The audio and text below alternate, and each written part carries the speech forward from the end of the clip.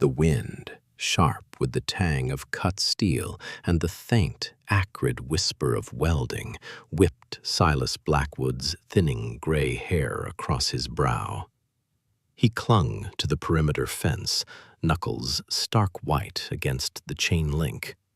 His gaze wasn't on the frenetic ballet of construction, nor the impressive vertical reach of the beacon tower, but honed in on a single, troubling detail.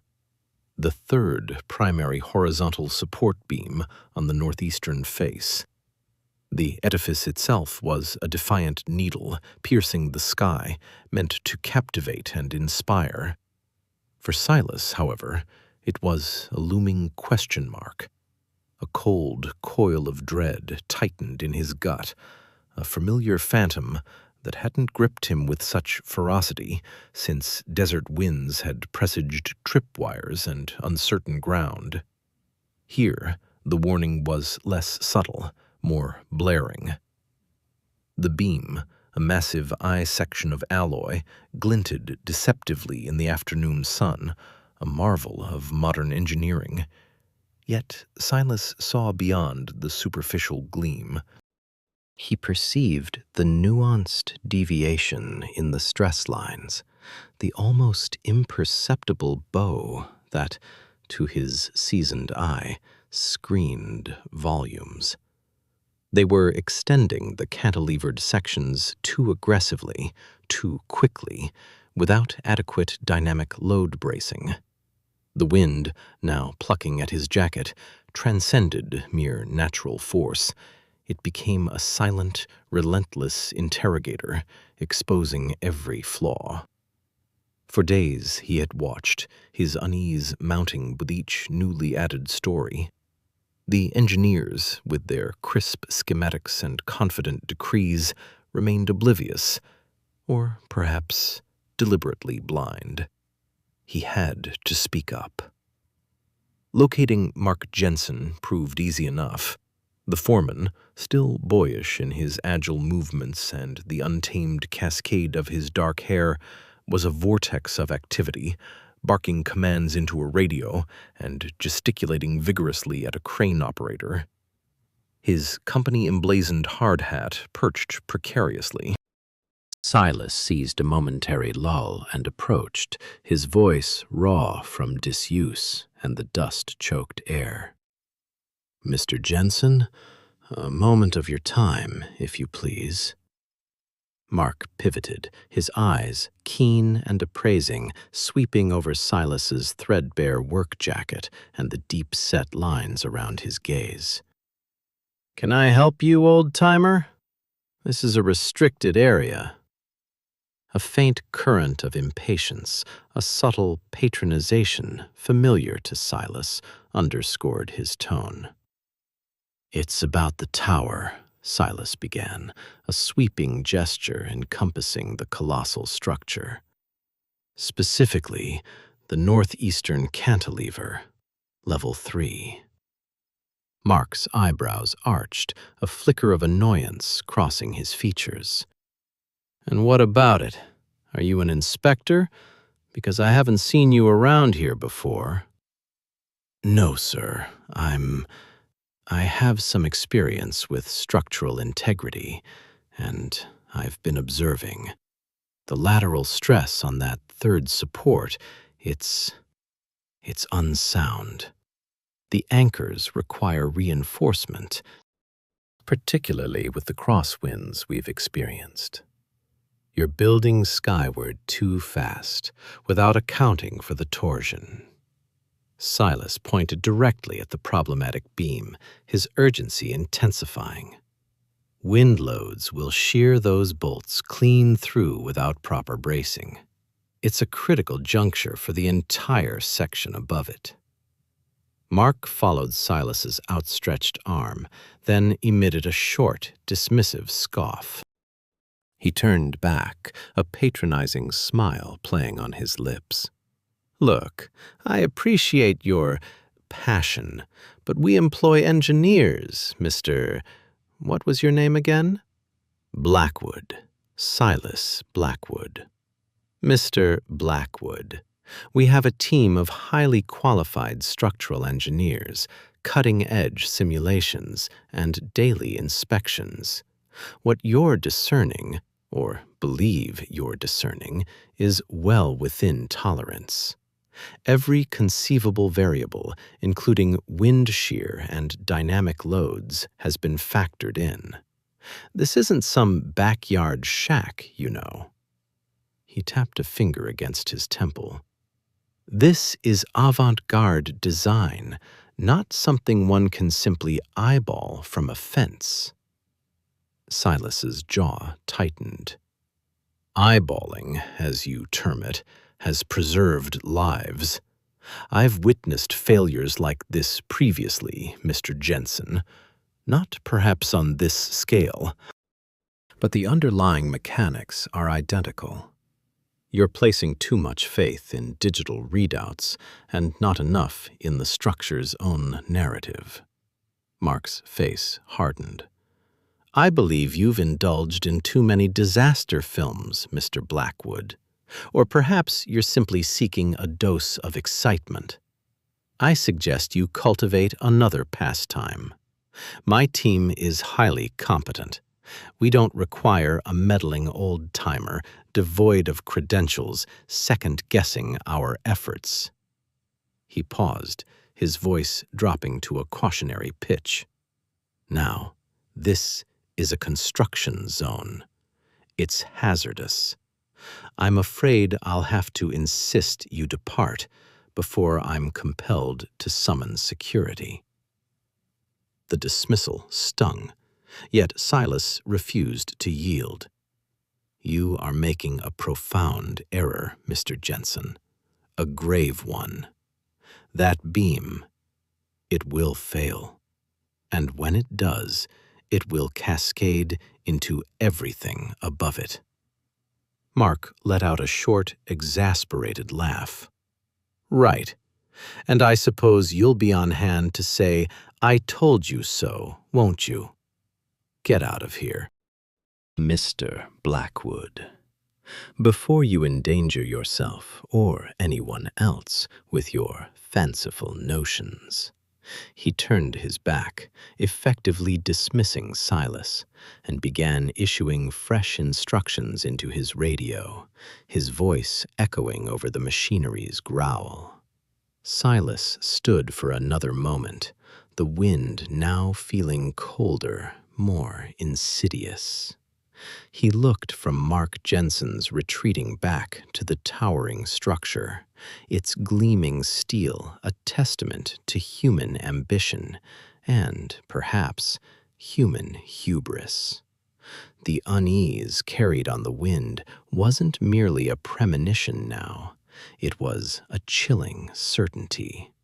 He turned and walked away, the image of that subtly compromised beam seared into his mind, an indelible presage of disaster. Unheeded warnings. The dawn air, crisp and carrying the scent of damp earth and diesel, did little to soothe the knot in Silas Blackwood's gut.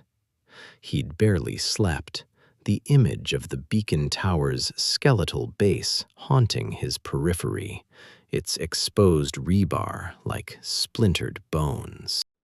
Dismissed yesterday, his warnings about the shifting earth beneath the southwestern pilings still echoed in the foreman's scoffing laughter. But Silas wasn't one to back down when lives were on the line. He'd seen enough shattered concrete and twisted steel in his past to recognize the grim prelude to disaster. He arrived at the construction site before the main rush, the hulking silhouette of the unfinished tower dominating the sky. The security guard, a burly man named Gus with a perpetually bored expression, merely grunted as Silas signed in, his name still on the approved roster despite yesterday's spat. Silas bypassed the general work area, making straight for the temporary office trailers. He knew the inspection schedule. Today was a crucial safety audit. Inside the cramped, fluorescent-lit trailer, a younger man with neatly combed hair and a clipboard was already poring over blueprints. His name tag read Nathaniel Finch, Senior Safety Inspector. Silas cleared his throat, the sound a little rougher than he intended. Finch looked up, his expression initially one of professional politeness, but a flicker of irritation crossed his features as he recognized Silas. Word traveled fast on a site this size. "Mr. Blackwood, isn't it?" he said, his voice smooth, almost too smooth. "I believe Foreman Davies addressed your concerns yesterday." Silas ignored the subtle dismissal. "Inspector Finch, my concerns weren't addressed. They were laughed off. I wouldn't be here again if this wasn't critical." He moved closer, planting his hands on the edge of Finch's desk, the gesture firm. "The southwestern foundation piles. There's a subsurface instability. I observed lateral shifting in the soil around those anchors after the last heavy rain. It's more than just settling." Finch leaned back, crossing his arms. A faint, almost imperceptible tapping began with his left foot. "Mr. Blackwood, I appreciate your diligence. But we have geologists, structural engineers, and a team of qualified professionals overseeing this project. Their reports indicate the foundation is sound." His gaze drifted to the blueprints. "We're operating within all safety parameters." "Parameters can be wrong," Silas countered, his voice rising slightly, betraying the urgency he felt. "I've seen sound structures crumble. I spent 20 years dealing with things that were supposed to be stable until they weren't. The soil composition there is fractured, not solid bedrock. The vibrations from the pile driving are exacerbating existing fissures. You need to pull core samples, run a full seismic stress test, not just rely on initial surveys." He was practically pleading, the words tumbling out. Finch sighed, a barely audible expulsion of air. He set down his pen with a precise click. "Mr. Blackwood, with all due respect, I am a trained and certified safety inspector.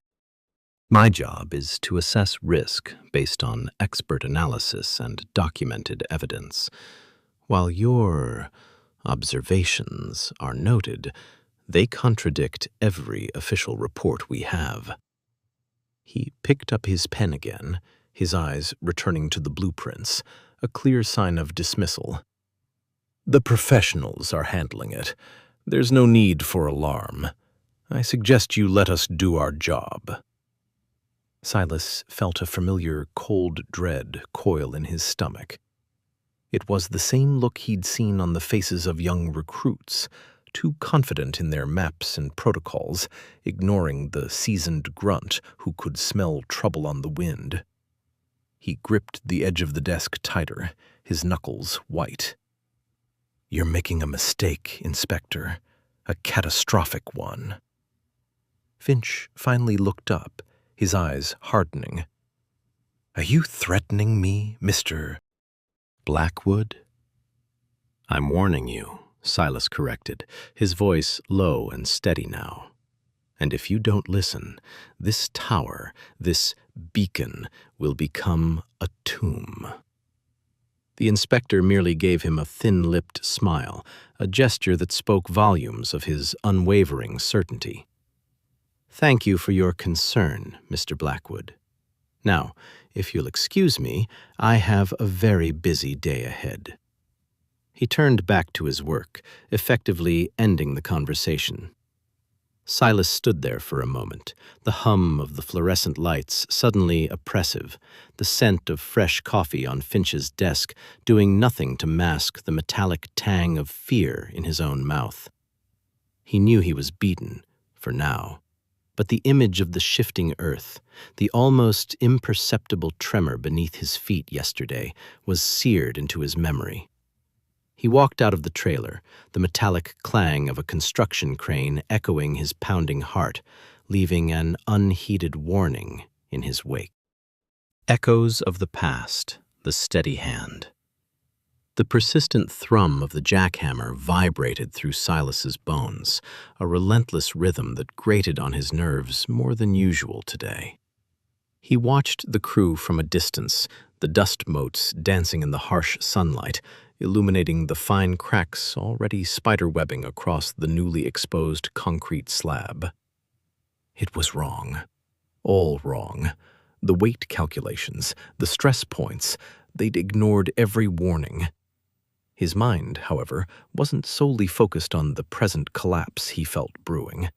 Instead, it drifted, pulled back by an invisible thread, to a different kind of impending disaster, a memory sharp enough to cut.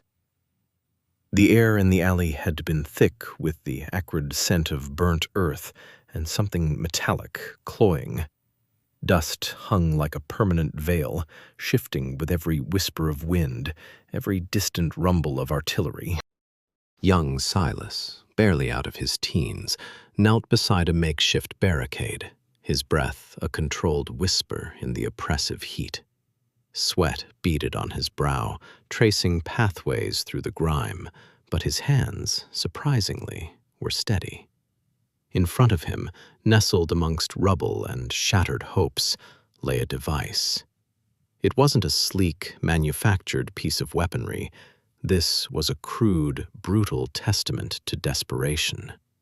Wires, a chaotic rainbow of red, green, and blue, snaked from a rusted pressure plate to a cluster of plastic explosives, repurposed fertilizer sacks by the looks of it. A small, almost imperceptible tremor ran through the ground, a distant concussive blast shaking the already unstable buildings around him. He didn't flinch. His gaze, intensely focused, catalogued every detail. The frayed insulation on the yellow wire, the faint scratch on the casing of the timer, the way the light glinted off the tiny spring mechanism. "You got this, Blackwood?" Private Miller's voice was a low murmur from behind the relative safety of a collapsed wall, laced with a fear he tried, unsuccessfully, to mask. Silas didn't answer. He couldn't afford the distraction. His mind had already entered a different plane, where only the mechanics of destruction and its prevention existed. He saw the circuit paths, the flow of current, the delicate dance of cause and effect. His fingers, calloused even then, moved with a balletic precision, selecting a pair of needle-nose pliers from his kit.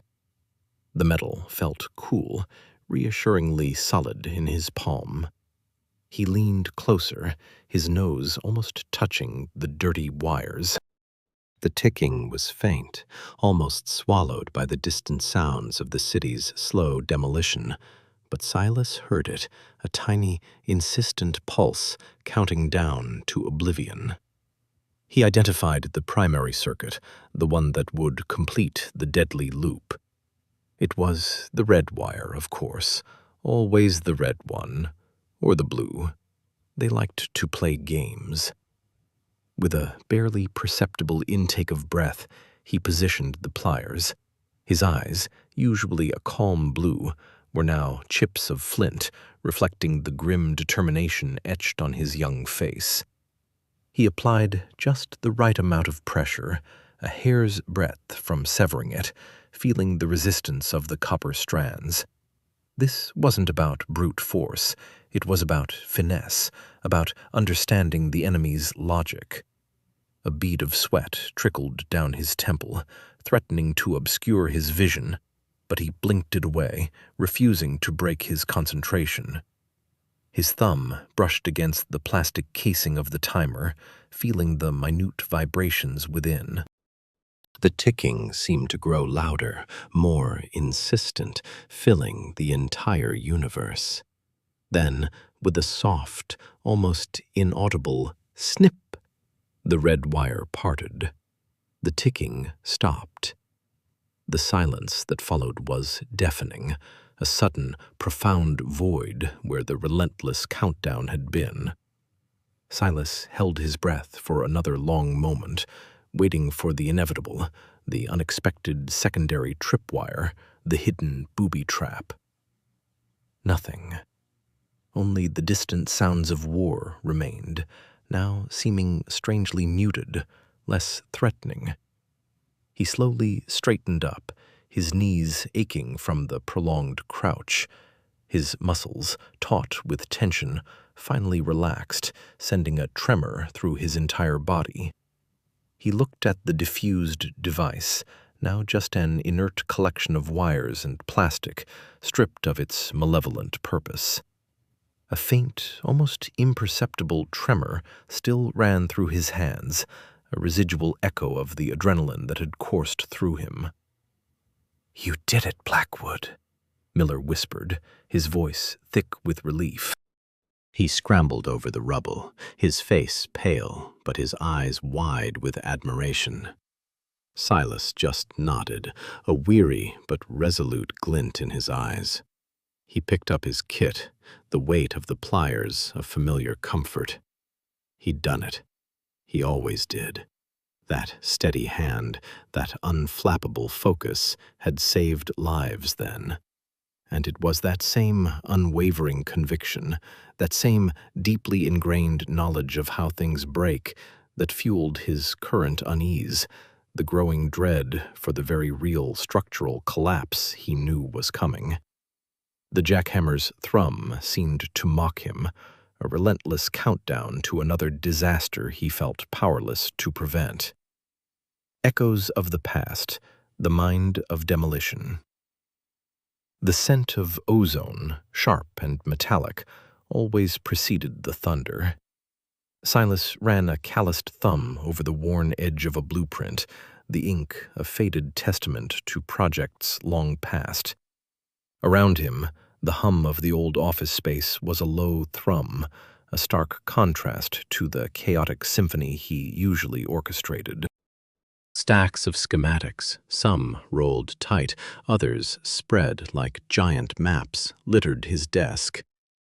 Each line, each annotation, was a piece of a puzzle only he truly understood. His gaze drifted from the blueprint to the panoramic photograph tacked to the wall, a hulking, concrete edifice destined to become dust. The North Point Tower, as it was affectionately, or perhaps ironically, known. 35 stories of reinforced concrete, steel rebar, and a history of failed businesses. Now it was his to dissect. Silas leaned back, the old office chair groaning in protest. He closed his eyes, not in weariness, but in concentration. The building began to reconstruct itself in his mind, not as a static structure, but as a living entity, its bones and sinews laid bare.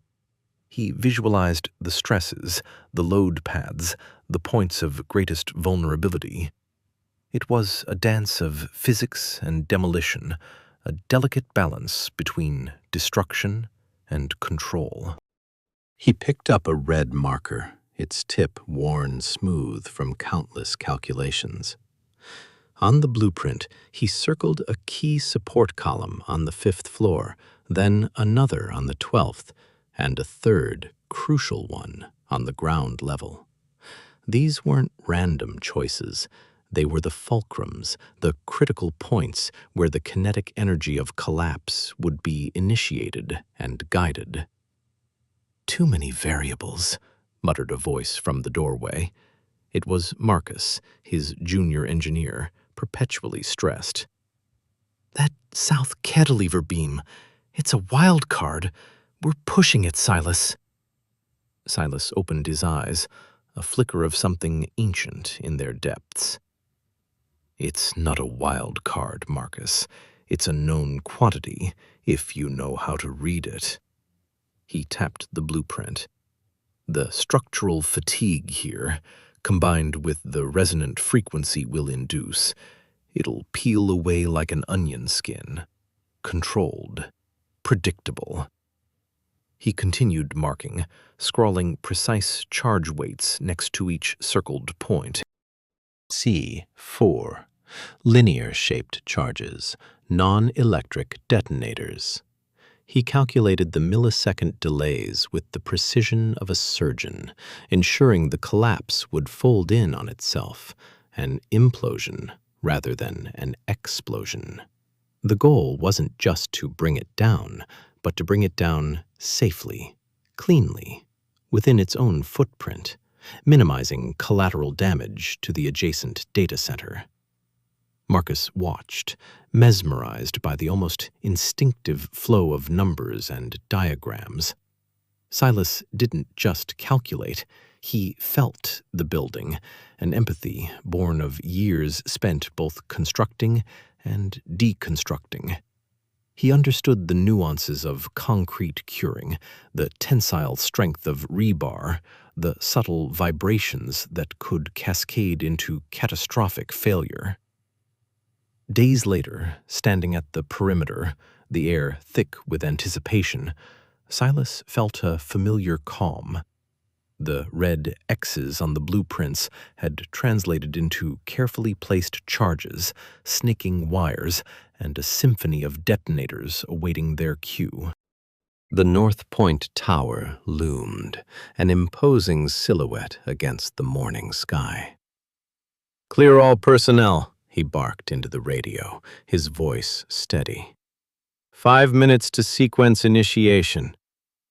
A hush fell over the observation area. The wind carried a faint tremor from the distant city. Silas pressed the button. The first thud was deep, guttural, vibrating through the ground. Then a series of rapid-fire explosions, not violent bursts, but a rhythmic thump, thump, thump, like a giant beating heart slowing down. Dust plumed from the lower levels, obscuring the base of the tower. For a terrifying second, it seemed to hang, defying gravity, before the upper floors began to sag, then fold inward. It wasn't a crash, but a controlled sigh.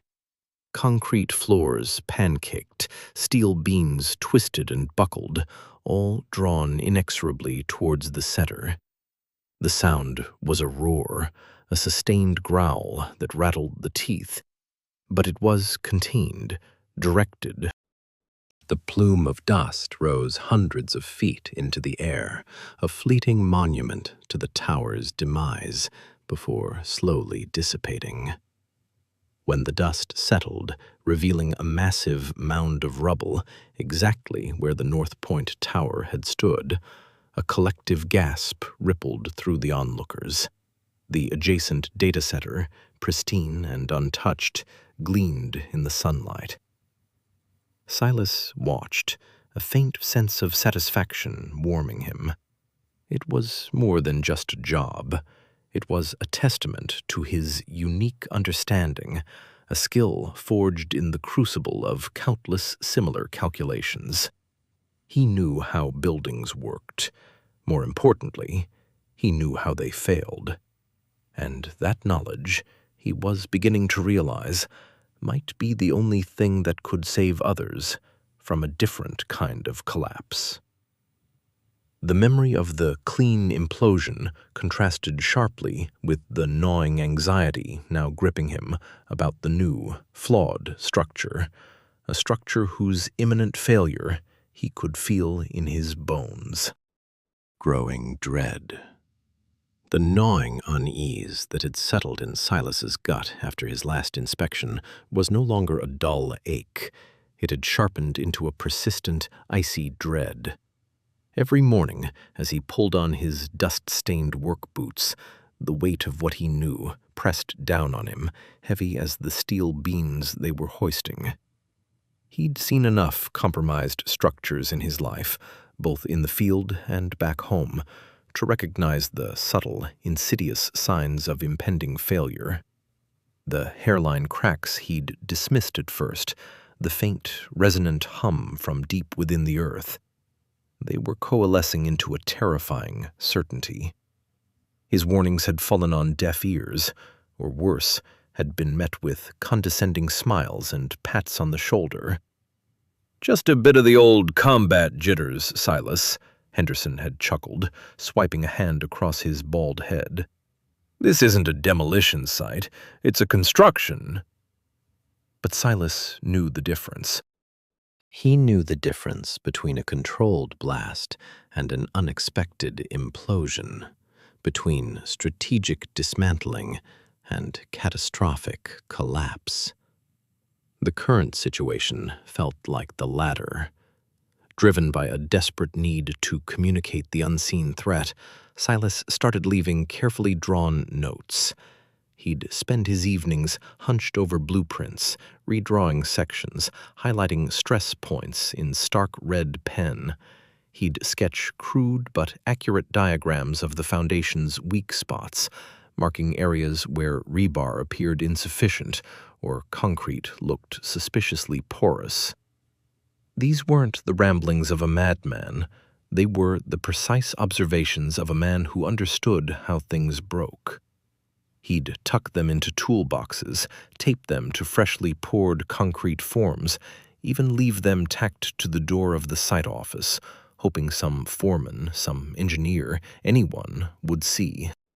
One morning, he found his most detailed diagram, a cross-section of a critical support column with a glaring vulnerability marked, crumpled, and shoved under a stack of empty coffee cups in the break room. Another, describing a potential fault line running beneath the northern section, had been used to prop open a window, flapping uselessly in the breeze. He watched, frustrated and helpless, as a young apprentice, laughing with a colleague, casually ripped down one of his warnings from a newly erected scaffold. "Old Silas's doodles again," the apprentice had quipped, tearing the paper in half before tossing it into a barrel. The words "structural integrity critical" vanished into the refuse. The air on the site grew thick with a peculiar tension that day. The usual cacophony of drills and hammers seemed to be underscored by a low, persistent thrumming from the earth itself. Silas felt it first in the soles of his boots, a faint vibration that wasn't quite the machinery. He gripped the railing of the platform he was inspecting, his knuckles white. Then, a low rumble, deeper than any truck engine, permeated the very bones of the building. It started subtly, a barely perceptible wobble that made the suspended lights sway. Then, a sharp, violent shudder coursed through the steel skeleton. Dust motes danced in the shafts of sunlight. Tools clattered from shelves. A crane operator shouted, his voice momentarily lost in the groan of stressed metal. Workers paused, their faces a mixture of surprise and unease. "Whoa!" someone yelled, clutching a nearby beam. "What was that?" another asked, his eyes wide. It lasted only a few seconds, a quick, jarring tremor that sent a ripple of nervous energy through the site. When it subsided, a nervous laughter broke out among some of the younger workers. "Just an earthquake, fellas!" "Nothing to see here," a burly foreman called out, trying to sound reassuring, though his own face was pale. "Get back to work." Silas, however, knew better. This wasn't just an earthquake. This was the building itself reacting, crying out under an impossible strain. He scanned the faces around him, searching for any sign of shared understanding, any hint of alarm beyond the superficial. But the workers, though shaken, seemed content to dismiss it as an act of nature, an inconvenience. They picked up their tools, grumbling good-naturedly, oblivious to the deeper significance. He felt the metallic taste of fear coating his tongue. The tremor had been a warning shot, a prelude. He knew with a terrible, icy certainty that the building had just taken a breath, and soon it would exhale. The fluorescent lights of the site office hummed, a flat, artificial sound that did little to soothe Silas's frayed nerves. He stood before the frosted glass panel of Mr. Davies's office, his knuckles aching from the clench of his fists. This was it, the last chance. The early morning sun, still weak and watery, cast long shadows across the yard, but inside the air was thick with the scent of stale coffee and unaddressed urgency. He pushed the door open without knocking, a boldness born of pure desperation. Mr. Davies, a man whose tailored shirts always seemed to strain across his broad shoulders, looked up from his computer with a start, his brows furrowed in annoyance. "Silas, what in the blazes do you want now? I thought we were clear yesterday." His voice was a low growl, edged with the kind of impatience that had become the project manager's default setting whenever Silas approached. "Sir, please, just 5 minutes," Silas pleaded, stepping fully into the sterile office. The low thrum of heavy machinery outside was a constant, unsettling reminder of the imminent danger. "The reinforcing steel in Sector Gamma, I've rechecked the calculations. There's a critical flaw in the load-bearing columns. The rebar count is insufficient for the designed weight. If they pour concrete on the upper levels today, it won't hold.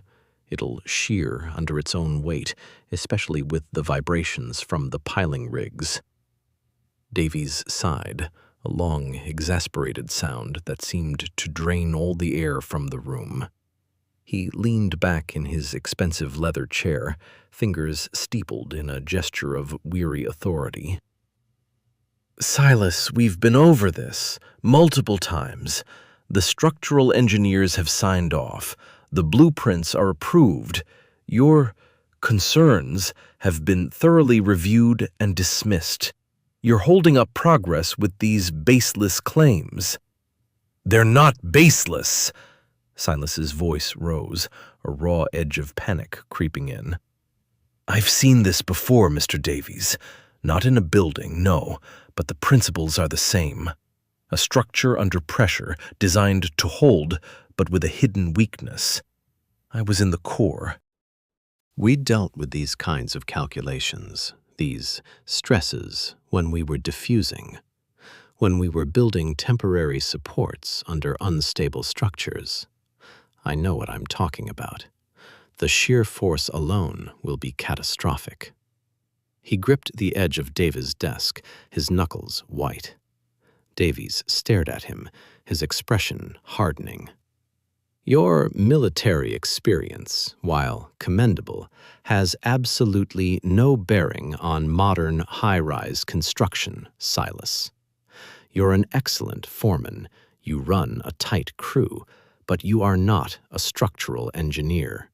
You are not the project manager. And, frankly, you're becoming a liability." He reached for the intercom on his desk, his gaze unwavering, cold. "Security to Mr. Davies' office, please. We have a visitor who needs to be escorted off the premises." The words hit Silas like a physical blow. Liability. Visitor. Not even a colleague, let alone a man whose warnings should be heeded. "Mr. Davies, please, just look at the calculations. I've written them all out. The deflection rates, the stress points, He pulled a sheaf of crumpled papers from his jacket pocket, his hand trembling. Davies merely shook his head. "I've seen enough of your calculations, Silas. They're based on your own, shall we say, unique interpretation of the schematics. We follow the approved designs." Before Silas could articulate another plea, the door opened and two burly security guards, their faces impassive, entered the office. One of them, a man with a shaved head and a neck like a tree trunk, stepped forward. "Problem, Mr. Davies?" "Just escort Mr. Blackwood off the site, fellas. He's no longer needed today. And ensure he doesn't return without authorization." Davies' tone was dismissive, final. Silas felt a profound weariness wash over him, heavier than any fatigue from a long shift. He looked from Davies' unyielding face to the blank stares of the guards. There was no reasoning left, no appeal that would penetrate the walls of their certainty. This was it. The final dismissal. He allowed the guard to take his arm, the grip firm but not overtly aggressive. As they led him out, past the murmuring hum of the office and into the raw morning air, he cast one last look back at the towering skeleton of the building. The sun glinted off the newly poured concrete on the lower levels, a deceptive sheen of progress. He could almost hear the groaning of the steel, the inevitable fracturing sound that would come. The sky weeps, the tower cracks. The oppressive humidity, a thick blanket clinging to every surface, finally broke. Not with a whimper, but with a roar. The heavens opened, unleashing a deluge that felt less like rain and more like a celestial waterfall. Fat, angry drops hammered the ground, instantly transforming dusty paths into churning rivulets. The sky, which had been an almost sickly yellow-gray all morning, now pulsed with a bruised purple, shot through with veins of electric blue light. Most of the remaining workers, those who hadn't already fled the increasingly unstable site, were hunkered down in the few remaining shacks or beneath the flimsy overhangs of half-built sections, oblivious to the deeper danger this downpour represented. They cursed the weather, thinking of stalled progress, not impending doom. Silas, however, saw it for what it was. He was positioned on a small, muddy rise a safe distance away, binoculars pressed so hard against his eyes that the rims left red imprints on his skin. The rain sheeted down his face, blurring his vision, but he refused to flinch. He wiped his lenses with the hem of his sodden shirt, his breath catching in his throat. He could almost hear the water seeping into every hairline fracture, every stressed joint, every hastily poured concrete slab. It was a poison, slowly dissolving the very foundations of the impossible structure. He'd seen the schematics, knew the shortcuts, the ignored warnings. He'd felt the tremors days ago, dismissed as the settling of new construction. He knew better. His gut, honed by years of deciphering the subtle language of collapsing buildings and unstable ground, screamed at him. His heart hammered a frantic rhythm against his ribs, a drumbeat of dread. He remembered the look in Harrison's eyes, a blend of pity and dismissiveness, when Silas had tried to explain the imminent threat. "Blackwood, you're seeing ghosts," Harrison had scoffed, waving a dismissive hand. "Old age finally catching up with you. This tower's going to stand for 1,000 years. 1,000 years, Silas thought bitterly, as a fresh gust of wind, laden with the scent of wet earth and ozone, whipped past him. It wouldn't stand for another hour. Then it started. A low rumble, deep in the core of the tower, vibrating through the sodden ground beneath his feet. It wasn't thunder. It was a sound he knew intimately, a sound that always preceded chaos. The first crack was barely audible above the drumming rain, a sharp, brittle snap, like a massive dry branch breaking underfoot. But it wasn't wood, it was concrete. Silas zoomed in, his hands shaking despite himself. There, running from the 10th floor down to the 6th, a jagged lightning bolt of a fissure appeared on the gleaming facade, stark against the dark, wet surface. It seemed to expand even as he watched, spiderwebbing outwards with terrifying speed. A second crack followed, louder this time, a sickening groan that tore through the air, even cutting through the din of the storm. This one originated higher up, near the observation deck, and snaked downwards, meeting the first in a grotesque intersection. It was the sound of something immense giving way, a deep sigh of defeat. A shiver, colder than the rain, ran down Silas's spine. He opened his mouth, but no sound came out. What was there to say? He'd warned them, he'd pleaded, he'd even yelled, and they hadn't listened. Then came the third, a deafening explosion of sound that made the very air tremble. It wasn't a snap or a groan, but a violent, tearing roar. A huge section of the outer paneling, high up on the northern face, simply peeled away, exposing the raw, rebar-laced interior. It hung for a terrifying second, defying gravity, before plummeting downwards with a monstrous splash into the muddy ground below. A shower of smaller debris followed, like shattered teeth. The tower seemed to shudder, to inhale sharply, before settling back with an agonizing creak. Silas dropped the binoculars, his hands numb.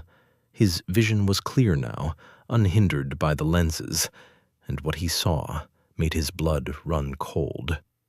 The elegant, soaring structure that had pierced the clouds just hours ago now leaned subtly, almost imperceptibly, to the west.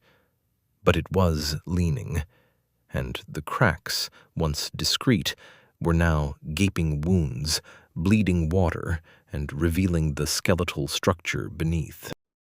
The sky wept, indeed, but the tower was cracking, and it wouldn't be long now. The collapse and the aftermath. A guttural groan ripped through the air, deeper than any thunderclap, vibrating through the very ground beneath Mark's feet. He looked up, a faint frown creasing his brow, just as a ripple, like a seismic wave, snaked its way up the colossal spine of the beacon tower. A collective gasp rose from the assembled workers, quickly swallowed by the terrifying screech of twisting metal. The tower, a monument to human ambition just moments before, began to sway. Not the gentle, wind-induced sway of a finished skyscraper, but a violent, sickening lurch, like a wounded titan teetering on the brink. Mark felt the blood drain from his face, his confidence shattering like a dropped pane of glass. He saw the crane operator frantically trying to stabilize his massive arm, the tiny cabin rocking wildly at the summit. Another shriek, louder this time, followed by a series of explosive bangs as structural bolts, stressed beyond their capacity, sheared off with the force of cannon fire. Dust plumed from the lower levels, obscuring the foundations, and then, with an agonizingly slow inevitability, the tower buckled. It didn't just fall, it imploded, a controlled demolition gone horrifyingly wrong. The top third disintegrated first, a shower of steel and glass raining down, followed by a cascade of concrete and rebar. The sound was deafening, a monstrous roar that swallowed all other noises, even the screams that were now rising from the crowd.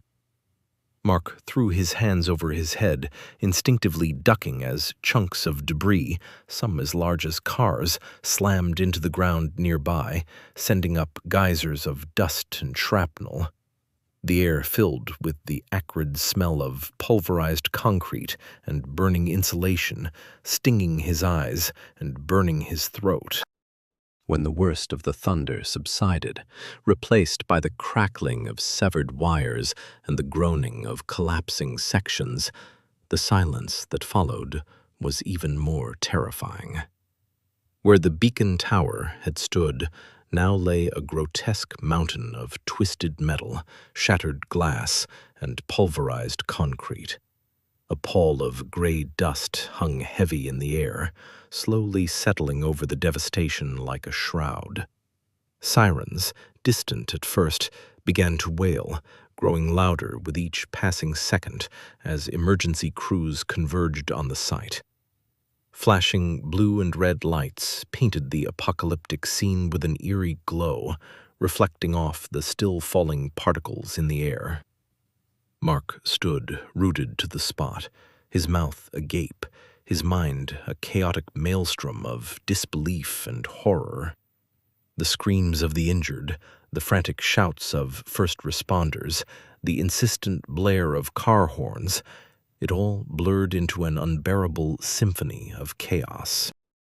His gaze drifted over the mangled landscape, his eyes scanning for any familiar landmark, any sign of the meticulously planned structure he had overseen. There was nothing, just wreckage. And then, through the haze of shock, a voice began to echo in his mind. Not the panicked shouts around him, but an older, gravelly voice, tinged with an almost weary urgency. Silas Blackwood. "She's not right, Mark. I'm telling you, the stress points in the north pillar, they're compromised. The vibrations, the weight, it's a ticking bomb." Mark had dismissed it, hadn't he? A crackpot old-timer, too many years on the job, seeing ghosts where there were only shadows. He'd clapped Silas on the shoulder, told him to take a break, that the engineers had everything under control. "You're looking at fatigue fractures, Mark. I've seen them before. They don't show up on your fancy scans until it's too late. Trust me on this." Mark had laughed. "Trust you, Silas? Over the blueprints? Over the structural analysis reports?" He'd even hinted that Silas might be getting a bit too old for the pressure. Now, the weight of those ignored words pressed down on him, heavier than any of the fallen debris. The tremor he'd felt, the strange groan, the almost imperceptible wobble he'd chalked up to a strong gust of wind. They were all pieces of a puzzle Silas had already solved. A warning Mark had been too arrogant to heed. The face of Silas, etched with an urgent concern that Mark had mistaken for senility, materialized in his mind's eye. The man had practically begged him, his pleas tinged with a quiet desperation that Mark had attributed to a fear of change, of the new methods. The air grew thick with the smell of burning plastic and raw sewage from ruptured pipes. Firefighters, their faces grim, swarmed past him, their heavy boots crunching on the debris. Mark felt a cold, sick dread coiling in his stomach, a realization far more devastating than the physical destruction around him. Silas hadn't been an old fool. Silas had been right. And Mark, in his dismissive certainty, had just presided over a catastrophe that could have been avoided. The full weight of his colossal misjudgment settled upon him, a chilling harbinger of the accountability to come. Redemption and regret. The sifting continued for days, a grim ballet of forensic specialists and heavy machinery. Dust, thick and pervasive, coated everything in a fine layer of concrete and sorrow. Then, tucked beneath a buckled steel beam, partially obscured by a fallen conduit, one of the investigators spotted a tattered, leather-bound notebook.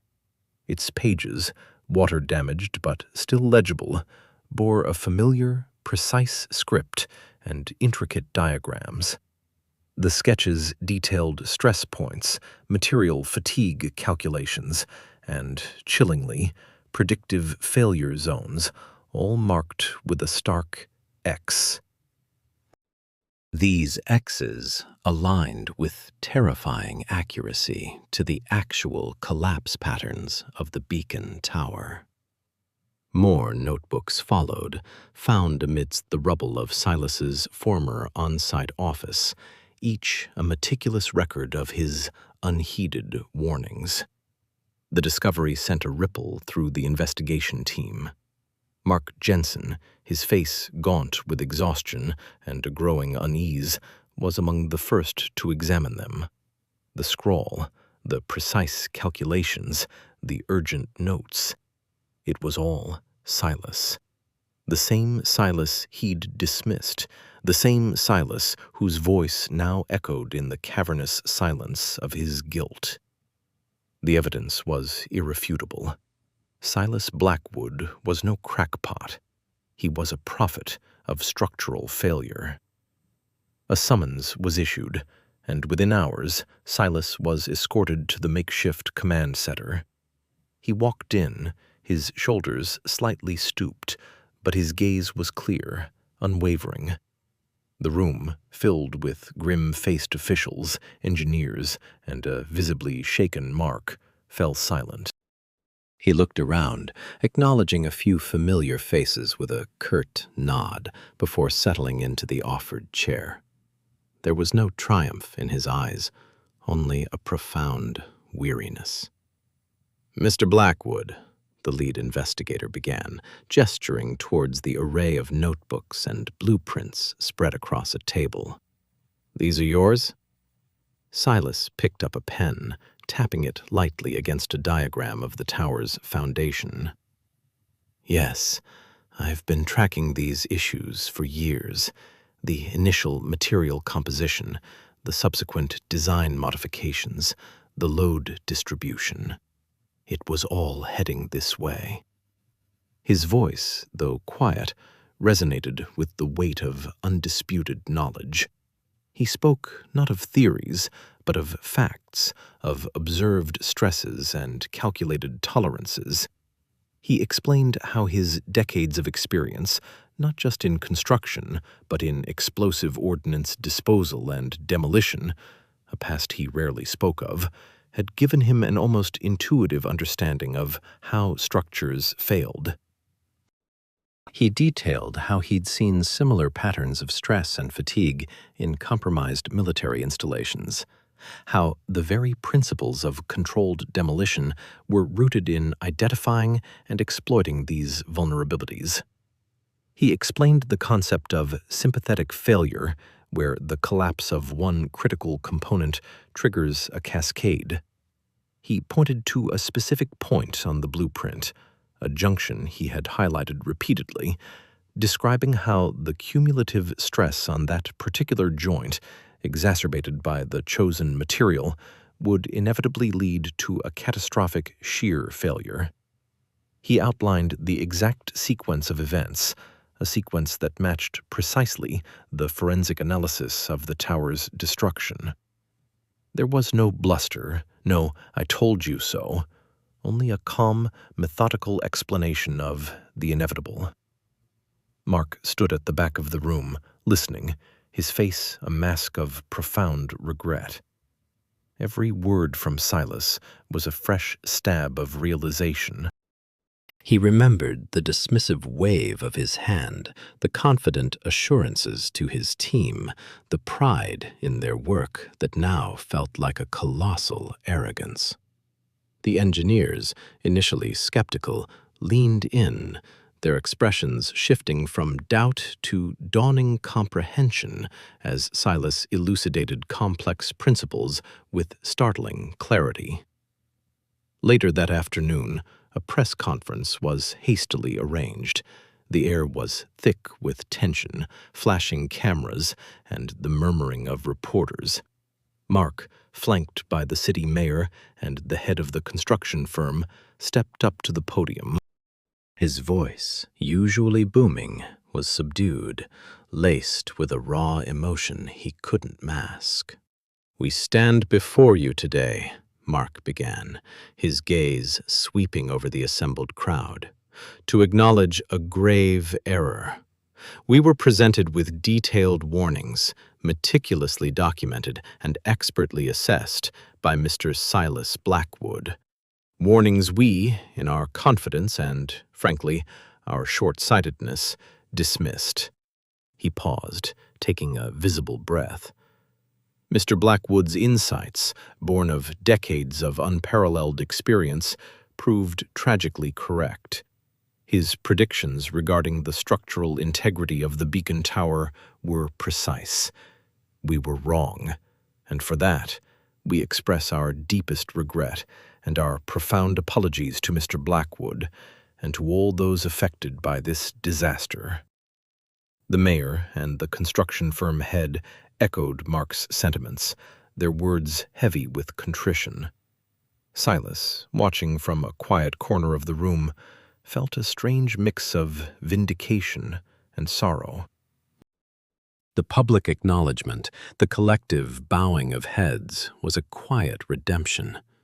The bitter taste of regret, however, would forever linger, a haunting reminder of the lives that could have been saved had his words been heeded. The applause that followed was for the official's candor, but the silent respect in the room, the hushed murmurs of "Silas Blackwood," were for him. He had been heard, finally. But the cost was immeasurable.